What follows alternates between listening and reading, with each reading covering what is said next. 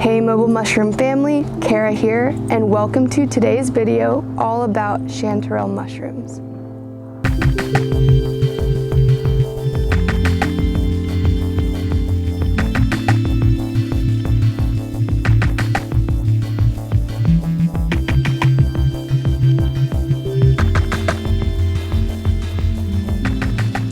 So right here, we've actually got a chanterelle mushroom.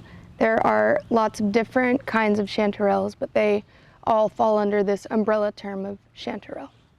So they actually come from the genus called Chanterelles, and this particular chanterelle is called Chanterelle cibarius. So the common name of this chanterelle is simply chanterelle. But as you'll see as the video goes on, we'll look at Cinnabar Chanterelles, Appalachian Chanterelles, and even smooth chanterelles. With Chanterelle cibarius, you'll find that it has these gill-like ridges. So a big thing with chanterelle mushrooms is that they actually don't have thin, brittle gills like a lot of other mushrooms do. They have these rounded, gill-like structures. So that's a big identifying feature in all chanterelle mushrooms. The smooth chanterelle mushroom, however, has a very smooth pore surface with only a little bit of this gill-like structure. And so you'll learn about that when we enter a forest that's got the smooth chanterelles. So this one I picked a little bit earlier, and then Mabel had just found this one that was hiding under here. So chanterelle mushrooms are always mycorrhizal, meaning they have a relationship with the plants around them and grow up from the ground, rather than being parasitic or saprobic and taking life away from a tree or plant. As they mature, they tend to get a wavy margin, as you can see here, whereas when they're younger, they have an incurved margin. And the best thing to do for chanterelle mushrooms is to bring a knife with you and simply cut at the base of the mushroom, because chanterelles tend to have sort of a dirty base where they connect to the soil, and you don't want to bring any soil home when you're preparing to cook these chanterelle mushrooms. So to cut them at the base is great because you leave the mycelial network intact and you prevent all your other mushrooms getting dirt and soil on them. Here we have a patch of Cinnabar Chanterelles. Cinnabar Chanterelles are a reddish-orange color, as you can see, and they're actually a smaller chanterelle. They don't grow quite as big as Chanterelle cibarius or Chanterelle lateridius, but these chanterelles tend to grow in big groups like you're seeing here. The good thing is, even though they're small, you can usually collect enough of them to make a good side dish. And just like all chanterelles, these mushrooms are mycorrhizal. So even though they're among all this leaf litter and dead wood, they're not feeding off that, they're coming straight up from the ground. Today we're in a different forest looking at a different chanterelle mushroom. I am currently surrounded by Appalachian Chanterelles. The Latin name for these chanterelles is Chanterelle appalachiensis.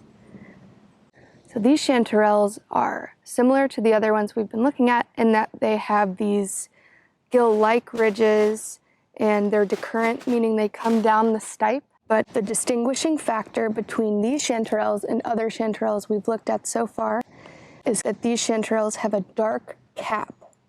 So on the top, they have this darker patch that's almost like brown or ochre. They tend to have a darker orange color in general across their cap.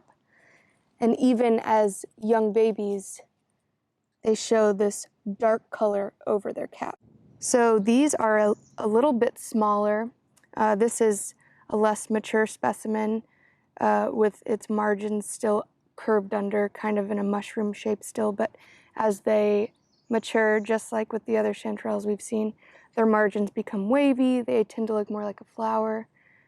And Appalachian chanterelles can get pretty large, not quite as large as the smooth chanterelles, but these still get to a good size, closer to Chanterelle cibarius, and tend to grow in patches.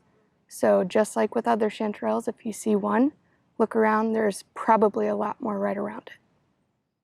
Today we're in a different forest, a forest that I've been finding a lot of smooth chanterelles in.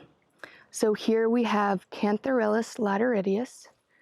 The distinguishing factor between these chanterelles versus the other ones we've looked at is that their pore surface is a lot smoother. So they've still got these blunt gill-like ridges, but overall it's a smoother surface than the other chanterelles. Additionally, these chanterelles get much bigger than the other chanterelles we've been looking at. And just like the others, their margins tend to curve with age, but these can get even twice this size. So that's something remarkable about these chanterelles. Additionally, I've found that these chanterelles tend to get buggy quicker than the other chanterelles. That could be due to their size or how long they survive, or their flesh, because it tends to get soft with age. So when you're looking for a good, smooth chanterelle to forage, you're going to want to look for a decent size. It doesn't have to be too big. You'll still get good flavor.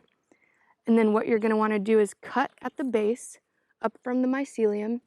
And if you see a lot of holes like this, then it's got a lot of bug activity, so you might want to skip that one. But if you cut into the meat and it's clean and white, that's a good chanterelle to forage.